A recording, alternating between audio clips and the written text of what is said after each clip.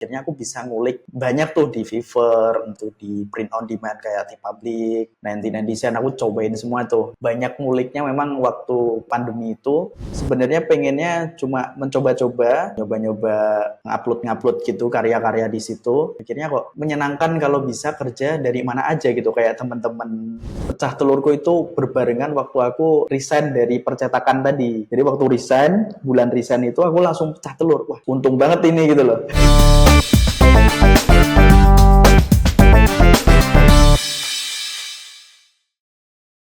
Ingin belajar freelance dari dasar sampai bisa dapat klien sendiri? Kami sedang launching kelas Freelance 101 Start Your Freelance Career.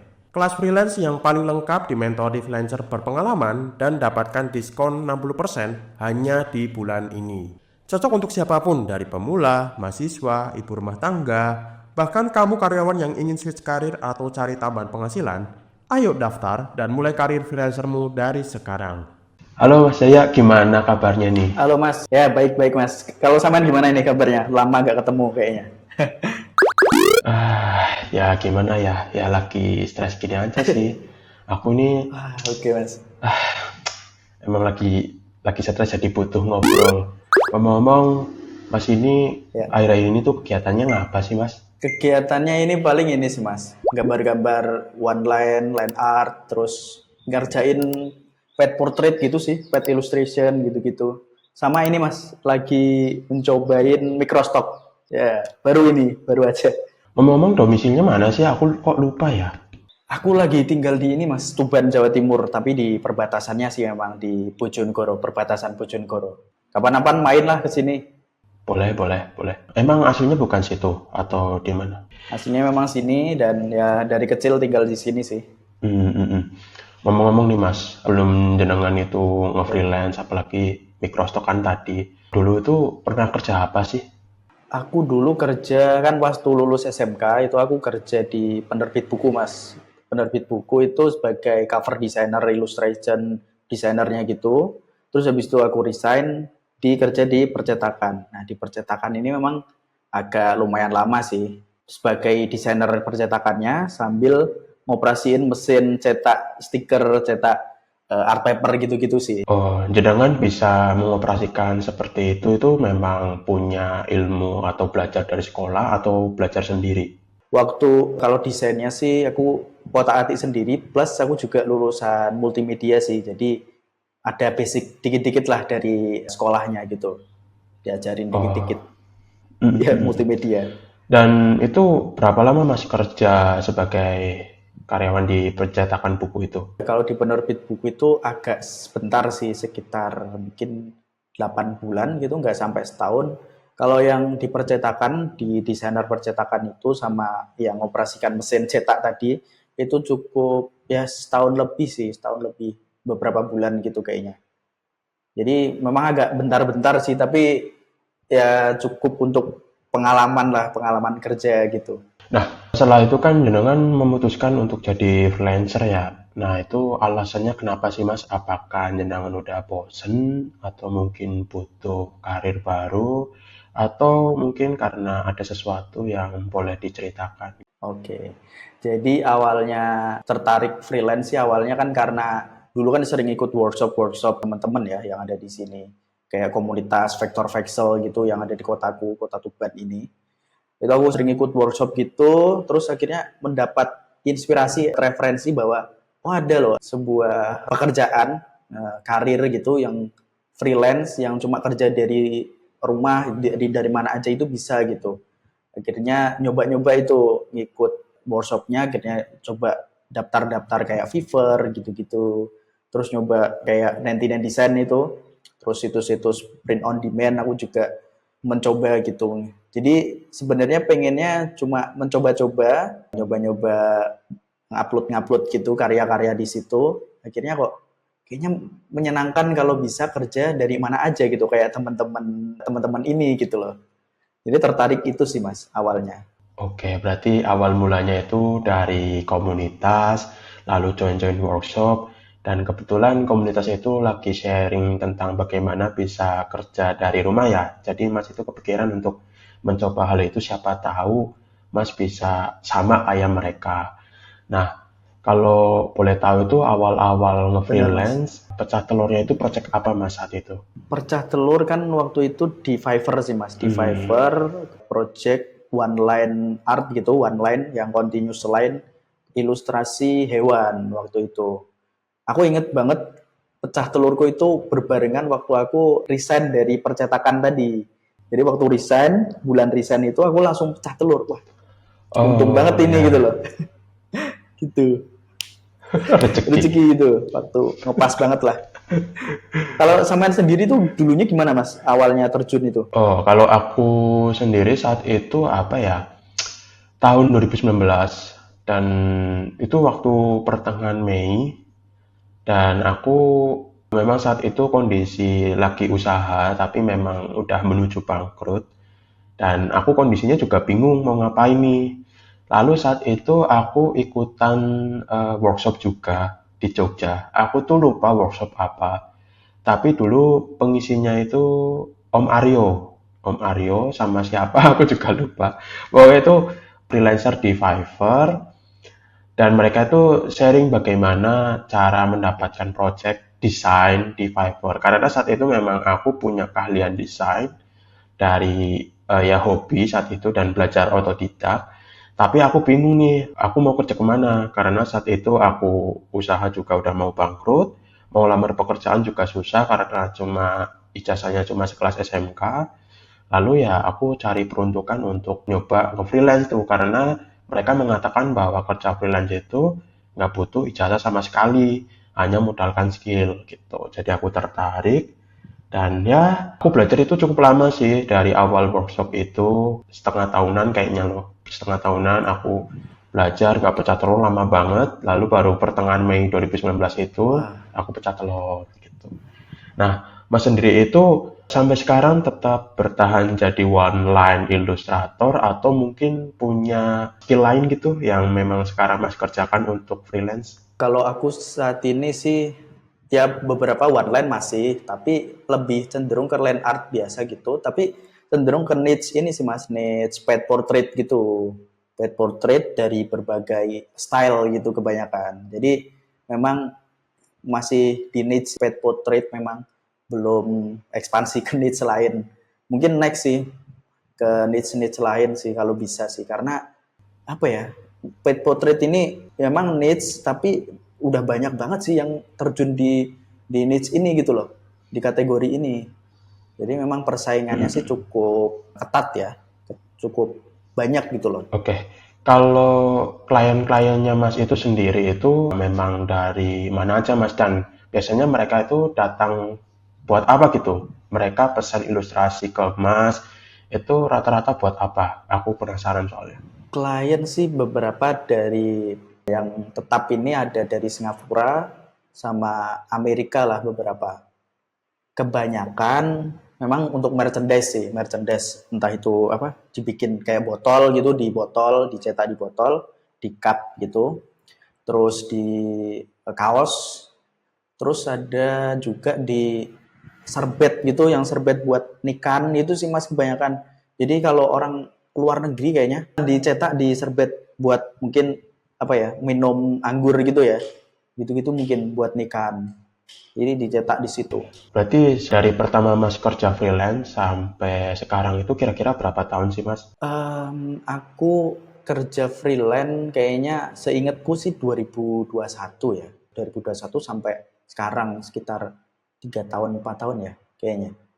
3 tahun sih ya, sekitar itu.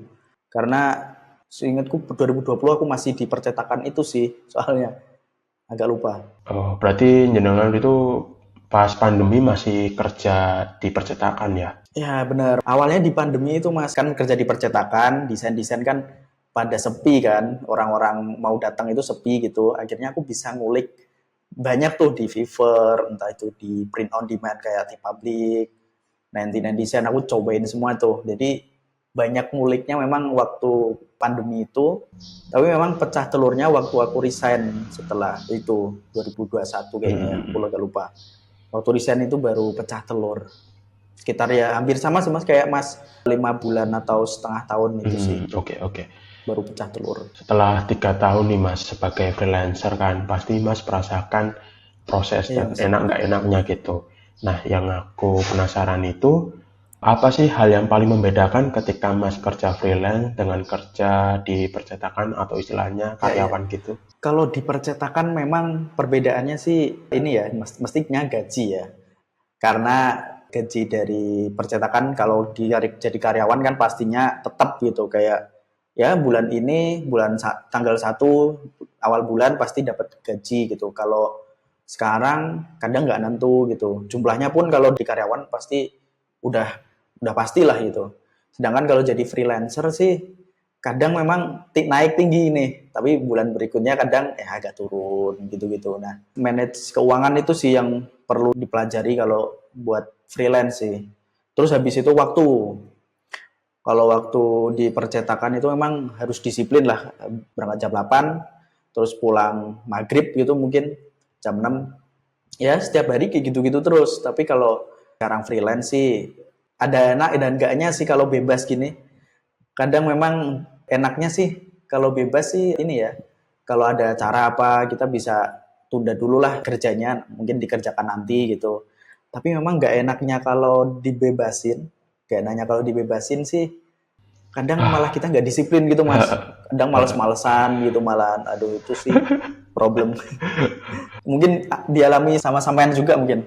Ya, aku juga setuju. Memang yang namanya freelancer, soal gaji itu memang ya kayak karyawan yang memang tiap bulan itu pasti ada pemasukan dan stabil. Jadi karena pemasukan mereka stabil, karyawan itu mungkin jauh lebih enak untuk mengatur finansial. Ini konteksnya kestabilan ya, besar kecilnya itu ya itu udah beda lagi. Tapi karena karyawan itu gajinya stabil, udah tahu nih bulan depan dapat berapa, bulan depannya lagi dapat berapa, ya lebih enak kali ya untuk ngatur finansialnya. Berbeda dengan freelancer ya memang yang kita rasakan ini, gaji freelancer ya naik turun gitu, nggak bisa dipastikan. Mungkin kayak bulan ini kita lagi mendapatkan banyak project, tapi bulan depan nggak tahu tuh rame atau enggaknya, bahkan mungkin bisa nggak sama sekali kita nggak dapat project freelance. Bulannya depan lagi mungkin bisa rame lagi, itu yang nggak enaknya. Jadi kalau freelancer itu memang harus pintar untuk mengatur finansial gitu. Lalu soal waktu juga aku sepakat banget, yang namanya freelancer itu memang dituntut untuk disiplin diri, harus mandiri untuk mendisiplinkan waktu. Kayak ya kita itu bisa aja gitu loh. Misalnya dia ada project tapi mungkin tiba-tiba ada acara atau mungkin kita ada apa ya, mungkin lagi stres nih pengen keluar gitu, kita tunda dulu. Ya asalkan kita tetap mengerjakan sesuai deadline, ya itu nggak masalah. Jadi memang pada intinya ya freelancer memang harus disiplin. Benar nggak Mas? Benar-benar harus disiplin itu sih, mengatur kedisiplinan diri itu sih memang agak susah, agak tricky lah. Betul. Oke, ngomong-ngomong Iya, soal iya. keuangan nih ya, Mas ini kan juga merasakan bahwa freelancer itu kan keuangannya naik turun nih.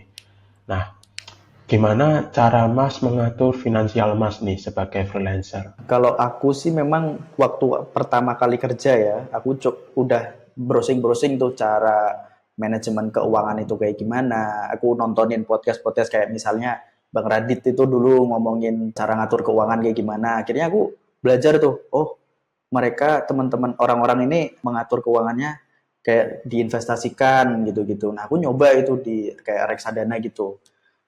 Karena menurutku walaupun gaji apa ya kurang kurang oke lah kayak waktu awal-awal kerja kan masih dikit lah ya penghasilannya. Tapi kalau dimulai dari situ habit menabung itu atau habit saving itu menurutku berpengaruh besar lah nanti kalau udah income kita naik, habit nabung itu masih di bawah akhirnya masih nge-saving gitu loh mas. Nah, banyak saving di situ. Itu sih mas, banyakin nabung sih dan melakukan habit menabung itu dari awal gitu, dari punya penghasilan pertama lah kalau aku bilangnya. Aku memang sependapat banget sama Mas ini karena memang kalau kita nggak terbiasa untuk menabung dari awal, ya kita susah untuk menabung ketika kita sudah berpenghasilan besar. Memang banyak banget orang mengatakan kayak, ngapain sih gaji kecil, pendapatan kecil, kok belajar nabung gitu. Buat apa? Gaji kamu kan masih kecil gitu. Ngapain belajar nabung? Uangnya aja nggak ada gitu buat nabung. Tapi menurut aku itu salah, itu kurang benar. Seharusnya karena kita udah tahu penghasilan kita kecil, ya kita coba untuk mengatur finansial dan nabung sedini mungkin. Karena kalau kita mungkin diberi kesempatan untuk mendapatkan penghasilan jauh lebih besar nantinya, kita diberi rezeki, diberi tanggung jawab untuk berpenghasilan besar, kita tuh nggak kaget. Dan istilahnya kalau kita berpenghasilan besar itu nggak egois gitu loh. Karena banyak orang itu kayak sebelumnya itu berpenghasilan kecil, tapi ketika kedepannya dia berpenghasilan besar, karena dulu dia merasakan nggak bisa beli apapun ketika berpenghasilan kecil, Ya, dia ya. itu spend uang lebih banyak gitu, kayak balas dendam. Wah, karena dulu aku nggak bisa beli ini itu, aku udah punya nih uang banyak gitu. Ya aku balas dendam nih dengan spend uang lebih banyak karena aku sekarang udah berpenghasilan besar. Padahal ya itu nggak baik. Seharusnya walaupun kita berpenghasilan kecil, besar, atau mungkin sedang, ya kita harus tetap untuk belajar nabung. Nah, ngomong-ngomong soal nabung nih Mas. Nah, aku lihat Mas Jai itu ternyata sudah berhasil gitu bangun rumah. Wah, gokil sih dengan umur Mas yang berapa Alhamdulillah sekarang Mas, umurnya? terima kasih. 24 kayaknya atau 2 OTW 25 sih. Oh, Bentar lagi oke, 25. gokil dengan umur 25 udah bisa bangun rumah dengan hasil freelance-nya ya. Ya, iya kebanyakan freelance ini sih Mas, kebanyakan. Nah, Oke. Nah, Mas sendiri itu punya strategi nggak sih bagaimana Mas ini bisa meluangkan uang dari hasil tabungannya mungkin sampai bisa kebeli rumah itu punya strategi nggak sih? Karena aku lihat sendiri itu beberapa temanku, terus aku sendiri juga punya strategi yang beda-beda. Mungkin kayak aku tuh pernah oke. menemukan teman yang memang ngambil KPR. Ada juga yang memang mereka tabung, beli cash tempo, jadi kayak nabung, Mm-mm. lalu dia DP dulu, lalu dia cicil ke developer langsung. Atau ada juga yang memang dia bangun dari awal rumah tersebut. Jadi dia beli tanah, lalu beli material sendiri. Ya, anggapannya sih mereka pengen nge-saving budget gitu ya, karena memang membangun dari nol itu lebih hemat ketimbang kita harus beli ke developer. Nah, kalau Mas Jai sendiri itu gimana? Tentunya ini ya, menyambung dari tadi ya, aku kan nabungnya di reksadana itu biar returnnya memang agak kecil gitu, tapi aku nyari yang stabil aja biar nggak terlalu kepikiran lah, biar aku bisa fokus ke naikin income. Kan aku bangun rumah ini maksudnya bangun dari awal gitu, nggak beli tanah ataupun nggak pakai KPR atau kontraktor gitu, nggak. Jadi memang bangun rumah dari nol, ya metode old school sih, maksudnya sederhana yang pakai tukang harian, terus nggak pakai arsitek gitu, nggak pakai kontraktor. Jadi apa-apa memang sendiri sih, belanja sendiri, belanja bahan bangunannya. Memang diniatkan seperti itu biar menghemat sih Mas. Biar misalnya niatnya awal karena memang keterbatasan dana ya. Jadi yang penting bangun dulu lah temboknya, terus pondasinya, terus temboknya, terus mungkin atapnya, atap dak. Kalau mungkin nanti di tengah-tengah jalan uangnya habis, uangnya nggak dapat nggak nyukupi gitu buat finishing atau apapun, ya udah dibiarin dulu. Next kalau udah dapat uang baru di finishing gitu misalnya. Dan memang niatnya kayak gitu. Jadi kayak bertahap banget lah. Dari desain pun ini kan sebenarnya awalnya dua Mm-mm. lantai ya dua lantai gitu. Tapi memang keterbatasan dana. Jadi rumahnya satu lantai dulu Oke, oke. dan ya sampai saat ini sebenarnya belum selesai sih Mas. Masih Oke. growing lah, Progress. masih bertahap gitu. Progress, masih progress.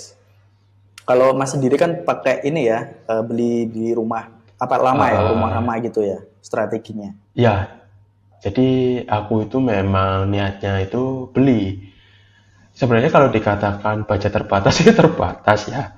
Tapi kan karena aku tuh nggak punya pengalaman bangun rumah sebelumnya dan nggak punya pengalaman beli rumah, rasanya kayak aku tuh nggak punya waktu luang untuk belajar itu semua sekaligus. Karena memang saat itu kondisiku memang lagi membutuhkan rumah untuk ya aku kerja, aku bikin project dan lain sebagainya. Tapi di sisi lain, aku juga dananya terbatas. Dulu itu sempat punya rencana untuk ambil KPR, bahkan sudah survei ke beberapa developer yang di ada di kotaku. Tapi kendalanya adalah profesiku yang sebagai freelancer yang kita tahu, karena finansial kita itu nggak stabil, ya itu cukup sulit. Lalu aku menemukan satu developer yang berani untuk membantu aku untuk ngajuin KPR. Tapi setelah aku pelajari, aku baca, ternyata kalau freelancer ngambil KPR itu punya perbedaan dengan karyawan ngambil KPR, yaitu bunganya. Jadi kalau kita sebagai freelancer ataupun profesional seperti pengacara atau konsultan dan lain sebagainya yang memang mereka tidak bekerja dengan perusahaan alias bekerja independen, itu ternyata bunga yang didapatkan untuk KPR itu lebih tinggi ketimbang karyawan atau ASN gitu. Nah, aku mikir-mikir lagi karena kan yang namanya KPR itu adalah keputusan yang memang yang diambil tidak untuk waktu sebentar gitu. KPR itu adalah keputusan yang kita ambil untuk jangka panjang. Komitmennya itu nggak sebentar, 10 tahun sampai 20 tahun. Sehingga aku mikir-mikir lagi nih, bahwa dalam kondisi aku ini, aku nggak cocok untuk ngambil KPR. Lalu pada akhirnya, aku coba nih cari-cari rumah second pada saat itu. Survei rumah-rumah second, lalu juga rumah-rumah yang memang dijual oleh orang gitu ya, bukan developer. Akhirnya ketemulah rumah ini. Sebenarnya ini rumah baru, tapi memang kondisinya itu belum terfinishing dengan baik. Karena memang penjualnya itu dananya habis. Lalu dia itu pengen jual dalam keadaan yang apa adanya saat itu, gitu loh. Jadi aku beli dan memang aku pakai teknik cash tempo. Karena memang saat itu dana aku terbatas, tapi aku nggak mau ngambil KPR. Aku juga mau rumah yang aku punya itu selesai dalam waktu 1 sampai 2 tahun. Aku nggak mau punya hutang dalam jangka lama sehingga aku mengambil cash tempo dalam waktu 1 tahun gitu. Nah, ngomong-ngomong nih Mas, dengan melihat Mas bangun sendiri dari nol, lalu belanja konstruksi, lalu desain juga tadi desain rumahnya, Iya. itu belajar dari mana sih Mas? Karena aku jujur udah pusing gitu kalau belajar kayak gitu dan lihat di internet pun kayak, aduh kok pusing banget ya lihat belajar bangun rumah, apalagi dengan banyak drama-drama yang terjadi gitu. Karena aku juga dapat cerita dari teman-teman lain ketika membangun rumah, drama-drama inilah itulah yang membuat kayak pusing gitu loh kalau kita bangun rumah dari nol. Nah, kalau Mas Jaya sendiri itu belajarnya dari mana? Bener Mas, memang kalau bangun rumah sendiri, apalagi dari nol dan nggak didampingi arsitek gitu ya, itu memang banyak drama. Mungkin kayak ada kesalahpahaman atau gimana dan pusing sih mikirin mau beli apa namanya material di mana dan lain-lain. Nah aku kalau belajar ya aku lihat-lihat YouTube gitu ya, kayak ilmu-ilmu basic arsitek gitu-gitu, lihat-lihat review-review rumah, kayak ilmu-ilmunya itu aku kumpulin. Aku coba bikin sketsa-sketsa, bikin pakai aplikasi-aplikasi yang ada di HP gitu, ada kayak floor plan-nya gitu. Tapi memang aku sih dibantu sama temenku ya, yang mungkin bisa dibilang arsitek atau lulusan yang itu loh, SMK gambar bangunan gitu, buat bikinin gambar kerjanya. Jadi aku diskusi sama dia itu buat bikinin gambar kerja. Ini gimana sih yang bener, kayak misalnya dalam semua ruangan harus ada bukaannya gitu Mas, harus ada bukaannya, harus ada cahayanya biar sirkulasi udara enak gitu-gitu katanya. Apa sih? Nggak terlalu pengap juga. Ya dibantu-bantu kayak gitulah. Jadi secara teknik memang agak dibantu sama temanku tadi dan juga aku diskusi sama tukangnya sih. Tukangnya kayak, oh ini bagusnya di sini ada kolom, ada strukturnya di sini biar kuat atau gimana, pakai besi ukuran berapa gitu-gitu. Terus aku survei juga beberapa toko bangunan biar dapat harga yang paling murah yang mana gitu-gitu. Terus dari segi ini Mas, kan sampean yang tadi nggak punya waktu gitu-gitu kan. Ah, Untungnya sih dibantu sama bapak ya, dibantu sama ah, bapak untuk ngawasi tukangnya bahwa oh ini ah. pengerjaan hari ini dibikin kayak gini gitu loh. Aku juga bantu-bantu sih kalau ada waktu gitu setelah mengerjakan project gitu-gitu, aku ngebantu-bantu ngawasi juga, terus ngebantu-ngebantu dikit Mm-mm. lah kayak bawa-bawa semen gitu-gitu sih. Oke. Paling bantu-bantu gitu sih aku. Mm. Memang menguras tenaga tapi seru Ah, sih Mas. oke, aku juga pernah inget nih, pernah lihat story-nya Mas itu beli penampung air tandon itu online ya. Iya, karena waktu itu ini Mas, lihat-lihat di sini tuh kurang cocok gitu dan coba-coba beli online lah. Siapa tahu ada beberapa diskon, tapi memang ya ongkirnya sih cukup oke ya. Cukup agak mahal sebenarnya dan lama gitu. Kurang worth it sih emang kalau beli tandon online. Itu kurir bawa Iya. tandon itu pakai apa? Itu kurir tokonya Mas pakai call tepa apa ya? Tepa gitu sih, apa namanya? Call Oh, ya. oke. Berarti memang Mas ini selain memang punya kegigihan dan waktu untuk belajar, terus juga punya temen gitu dan punya koneksi yang memang paham bagaimana membangun rumah, entah tadi tukangnya, lalu bapak jenengan juga punya waktu untuk meluangkan atau melihat atau mengawasi lah tukang-tukangnya bekerja, lalu punya teman untuk gambar project gitu ya. Oke, oke. Nah, selama Mas bangun rumah ini itu ada nggak sih kayak kendala-kendala yang Mas hadapi yang mungkin membuat Mas mikir lagi gitu, aduh, kok nyesel ya malah bangun rumah dari nol atau sempat kayak putus asa gitu. Ada sih Mas pastinya karena ya bisa dibilang aku nggak pakai arsitek atau pakai ya. Maksudnya aku bangun sendiri tapi dibantu temanku tadi sih terkait gambar kerjanya aja. Dan karena aku nggak ngukur lokasi bener-bener aslinya, maksudnya aslinya tanah itu berapa, akhirnya beberapa desain itu sebenarnya kurang gitu. Kayak misalnya area carport sih Mas. Area carport itu kurang terlalu lebar, kurang kurang panjang. Jadi kan biasanya kalau mobil kan carport mobil mungkin 5 meter lah paling minimal ya kan. Sedangkan milikku 4 meter doang gitu kayak kurang. Tapi untungnya memang lebar dari area aku itu, area carportku itu agak panjang, 10 meter kan. Nah itu mungkin bisa diakali gitulah akhirnya nyamping gitu misalnya. Mungkin area carport itu sih. Terus sama ini Mas, sama area kamar, kamar utama di lantai satu ini, karena memang baru lantai satu ya, itu sebenarnya kurang terlalu luas lah, baru 3x3 Mas. Jadi, wah ini setelah dikasih lemari, dikasih sofa bed yang king size gitu, ternyata kecil gitu loh. Itu sih. Kalau yang kamarnya Mas berapa ukurannya? Kalau aku sendiri itu kamar, kan rumahku lantai 2 ya. Nah, yang memang yang di bawah itu memang tak khususkan untuk ruangan kerja. Memang sempit sih, mungkin 2x3 malah, lebih sempit dari punya Mas E. Dan awalnya aku juga ngiranya tuh luas, tapi ketika dimasukkan meja, kursi, paling cukup untuk bekerja 2 sampai 3 orang tok gitu loh. Nah, kalau yang lantai atas, itu kan ada 3 kamar. Memang tak khususkan untuk kamar tidur semua. Paling yang satu tak kosongin buat lemari gitu loh. Memang lemarinya tak khususkan. Jadi ya cukup luas sih karena memang nggak diisi banyak barang, nggak tak isi ruang kerja dan sebagainya. Karena dulu aku memang punya impian untuk punya ruangan kerja sendiri, kamar sendiri, nggak dicampur. Takutnya apa? Kalau kita campurkan kamar tidur dengan ruang kerja, kita malah males-malesan gitu loh, jadi nggak produktif. Kayak kalau kita istirahat malah tiduran dan sebagainya, nggak kerja. Beda kalau kita punya ruangan kerja sendiri dan kamar sendiri. Walaupun kita kerja di rumah, tapi aku mengusahakan untuk dipisah gitu. Takutnya ketika aku gabungkan malah jadi itu kayak gitu.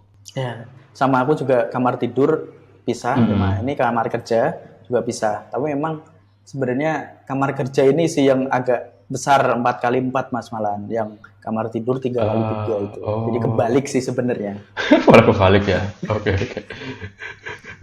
Oke, Mas Ya, sendiri itu kan memang backgroundnya bukan arsitek itu. ya, tapi memang belajar cara bangun rumah dan lain sebagainya. Nah, aku penasaran soal memastikan Ya, kualitas hasil kerja dari tukang nih Mas, atau kualitas kerja konstruksinya. Mas itu punya cara sendiri atau mungkin minta bantuan orang lain untuk memastikan bahwa hasil pekerjaan yang dilakukan oleh tukang-tukang yang Mas pekerjakan itu untuk membangun rumah itu, apakah baik atau tidak, itu gimana Mas? kalau itu mungkin karena aku ngecek juga ya dan mungkin hampir setiap hari mendampingi, mesti melihat gitu. Mungkin ngecek pribadi itu sama ya berdiskusi sama bapak karena bapak dulunya juga ini ya kayak kuli gitu loh, kayak kuli bangunan yang ngebantu-bantu tukang gitu. Jadi mungkin sedikit-sedikit banyak ya diawasi bapak itu, mungkin agak ngerti lah dikit-dikit. Terus mungkin beli bahan bangunannya itu yang disurvei dulu lah, kayak semennya yang bagus itu kayak merek apa gitu. Terus pakai batu bata yang kayak gimana. Terus ukuran besi berapa yang kira-kira cocok untuk mungkin 2 lantai gitu. Itu ukuran besinya berapa. Terus kerapatan fondasi besinya itu juga mungkin sedikit banyak aku ya belajar gitulah di Google kayak yang ideal sih berapa gitu. Dan tanya temanku tadi itu sih yang gambar bangunan itu tadi. Oke, oke. Ya, aku bisa memahami. Karena yang penting memang mau belajar ya. Ada niat untuk belajar. Sebenarnya ya di internet itu ilmu semua banyak gitu. Tinggal kitanya aja mau usaha nggak untuk belajar. Tapi ini Mas paling apa ya, kalau ya bukan basicnya arsitek memang mungkin harus nurunin ekspektasi lah. Kayak kalau memang pakai arsitek mungkin udah terjamin ruangannya compact gitu, maksudnya berguna semua di setiap sudutnya, kayak oh ini ada ruangan ini. Kadang kalau nggak pakai arsitek harus ya nurun ekspektasi lah, nggak terlalu perfect nggak apa-apa lah, yang penting nanti kedepannya kita atur gimana gitu. Karena aku juga pernah baca bahwa ketika kita bangun rumah itu memang apa yang kita rencanakan dan kita gambar itu nggak mesti 100% sama sesuai dengan ekspektasi kita. Bahkan seorang arsitek pun juga mengatakan demikian ya dari apa yang aku baca. Mungkin aku ada kesalahan atau apa, tolong dikoreksi.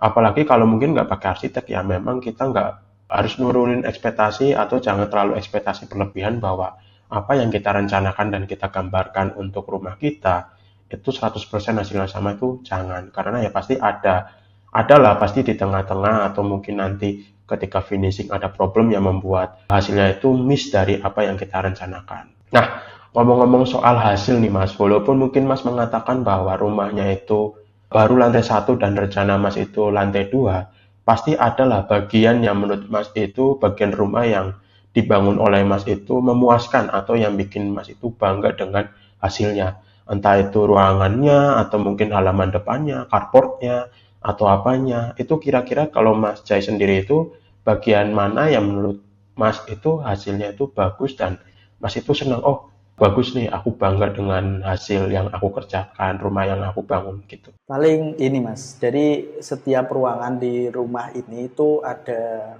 pencahayaannya yang alami gitu, mesti ada ventilasi gitu.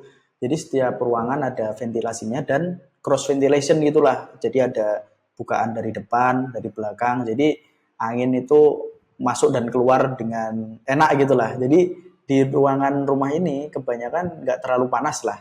Paling cuma butuh kipas angin biar menyejukkan dan memperlancar sirkulasi udara aja gitu. Jadi kalaupun nggak pakai AC sih cukup dingin lah, nggak terlalu panas-panas banget gitu. Itu sih paling yang paling aku bikin bersyukur gitu, kayak aku untung sih ada cross ventilation yang jadi udara itu keluar masuk enak gitulah Mas. Kalau rumah Mas sendiri apa yang sampai senengin gitu Mas? Kalau aku sendiri itu bukan bangunannya sih, tapi lebih ke lokasi.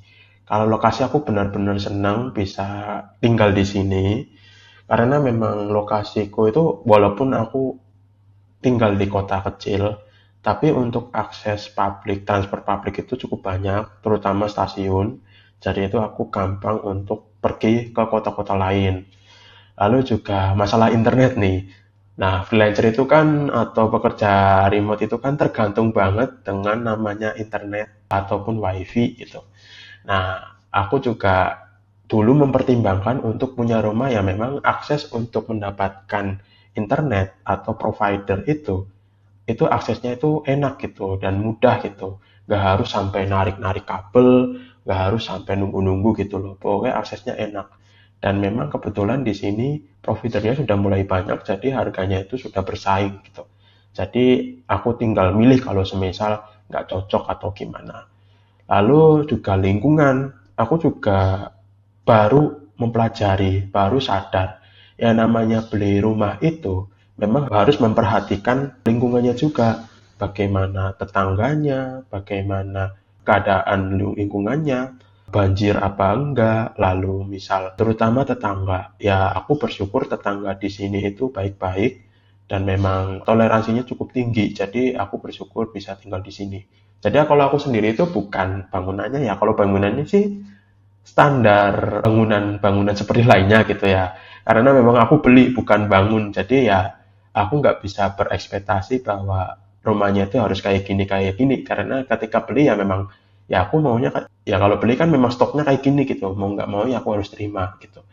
Tapi kalau memang keistimewaan beli rumah ya jauh lebih simpel dan memang kita itu bisa langsung cek kondisi rumahnya gitu loh beserta sekitarnya gitu. Kalau kita beli tanah itu kan kadang takutnya kita udah beli tanah tapi setelah kita bangun ternyata saat kita mencari sumber mata air ya ternyata ketika kita bor ternyata susah untuk dapat sumber airnya atau mungkin daerah tersebut itu gampang banjir.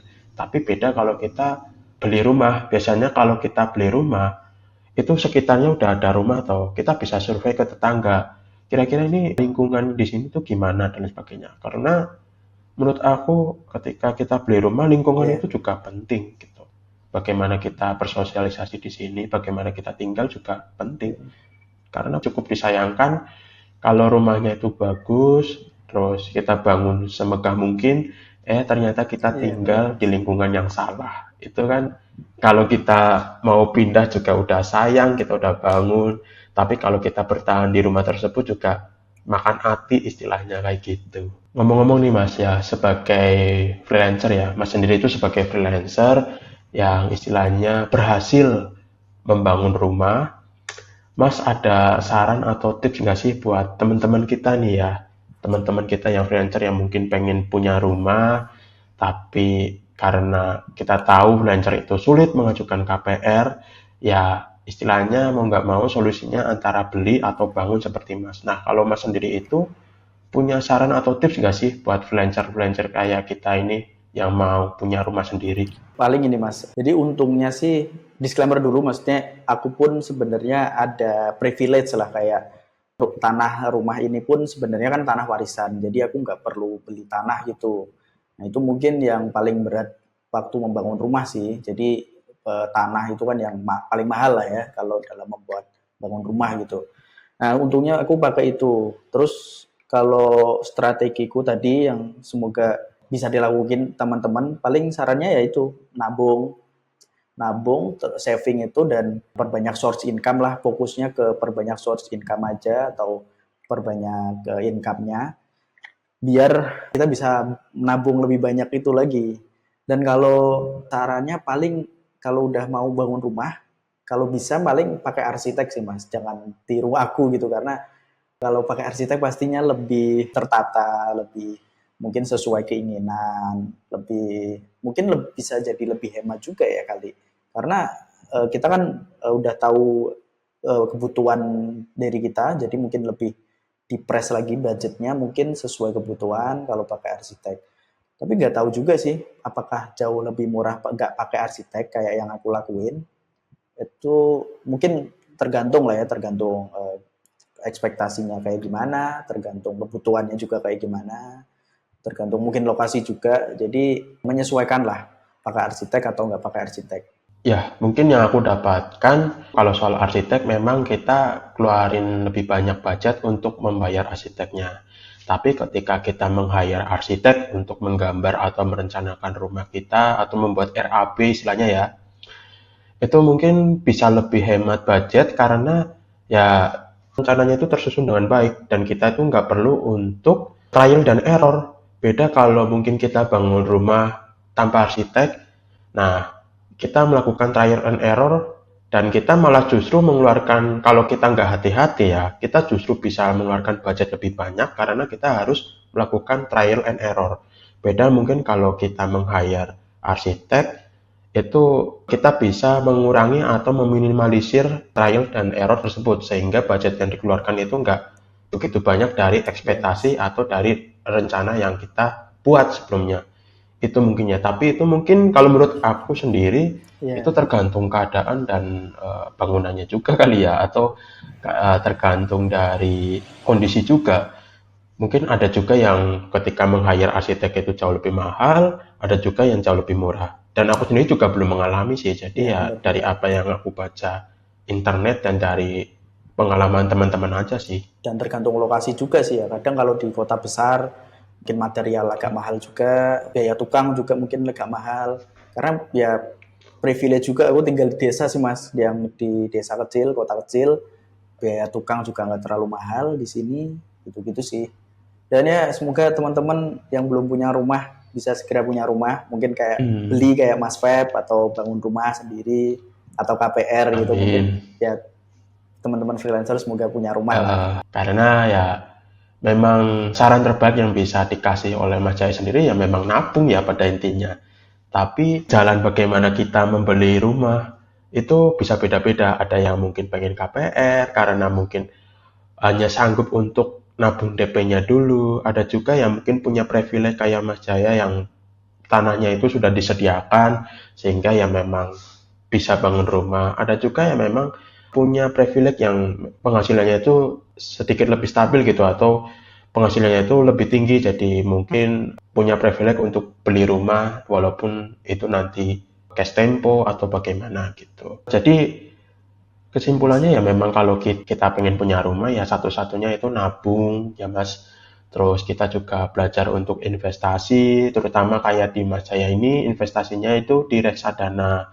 Yang aku sendiri pun juga investasinya lebih suka di reksadana karena kita tahu di reksadana sendiri itu memang returnnya itu kecil tapi stabil dan resikonya itu nggak tinggi gitu. Jadi resikonya bahkan rendah.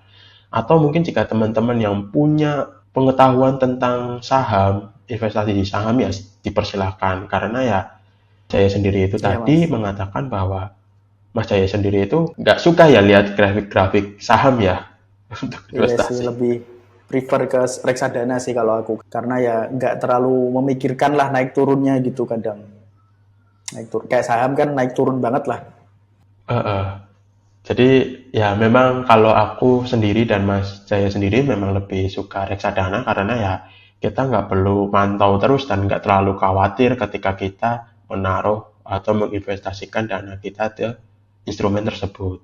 Nah, Mas Jai, misal nih ya ada teman-teman freelancer yang pengen tahu atau pengen belajar ke Mas Jai sendiri itu ada nggak sih sosial media yang Mas pakai untuk membagikan pengalaman Mas bangun rumah atau membagikan cerita Mas soal proses Mas sebagai freelancer dan lain sebagainya? Kalau Instagram pribadi paling di Jayadi Prastia di Instagram. Biasanya paling share-share tentang gambar-gambar gitu sih. Tapi memang nggak terlalu aktif, jadi mohon maaf. Tapi kalau mau DM-DM di situ boleh, mau tanya ataupun mau kopdar, mau ngopi-ngopi bareng di situ bisa juga. Terus Instagram satu lagi sih @growinghouse, nanti ku ketik ya di itu. Itu baru mulai juga mau baru membangun akun itu, mau share-share soal proses pembangunan rumah gitulah, share-share gitulah paling. Tapi semoga jalan lah ya, nggak cuma wacana. Ya, amin. Oke, jadi buat teman-teman yang penasaran tentang bagaimana Mas Jaya ini mengelola rumahnya, lalu penasaran dengan bagaimana aktivitas Mas Jaya di rumahnya, mungkin nanti teman-teman bisa ngecek akun sosial Mas Jaya itu di deskripsi box. Jadi teman-teman gak usah khawatir, nanti teman-teman bisa ngecek dan bisa tanya-tanya siapa tahu juga satu domisili dengan Mas Jaya tadi di Tuban tadi ya bisa kopdar atau bisa ngobrol bareng, bisa belajar bareng bareng Mas Jaya. Siapa tahu teman-teman bisa mendapatkan insight yang bermanfaat dari Mas Jaya. Oke Mas, terima kasih banget udah hadir di saat stres. Semoga ilmu yang Mas share pada hari ini, pada kali ini bermanfaat bagi teman-teman, terutama teman-teman freelancer yang memang pengen bangun rumah, pengen punya rumah. Semoga Ya, ya dengan adanya terima podcast kasih Mas. ini bisa membantu ke mereka semua. Dan ada nggak Mas pesan-pesan dari Mas sendiri untuk teman-teman freelancer yang sedang growing? Pertama-tama terima kasih Mas sudah diundang di podcast ini. Dulunya aku lumayan pendengar setia di podcast yang Mas sebelumnya, yaitu Suara Freelancer Podcast. Ini itu insightful banget sih dan menemani aku buat awal-awal nge-freelance waktu itu. Jadi, tapi mohon maaf kalau hari ini kurang insightful dari podcast kali ini ya, dari aku. Tapi semoga adalah yang bisa dipetik ya. Teman-teman paling ya semangat buat nge-freelance-nya lah. Aku juga kurang tahu sih. Aku juga baru juga nge-freelance. Semoga teman-teman dilancarkan lah rezekinya buat bisa nabung lebih banyak gitu. Paling itu paling. Terima kasih. Oke, sekian dari saya Dwi sebagai host di Saat Stres Podcast. Sampai jumpa di episode selanjutnya. Bye-bye. Bye-bye.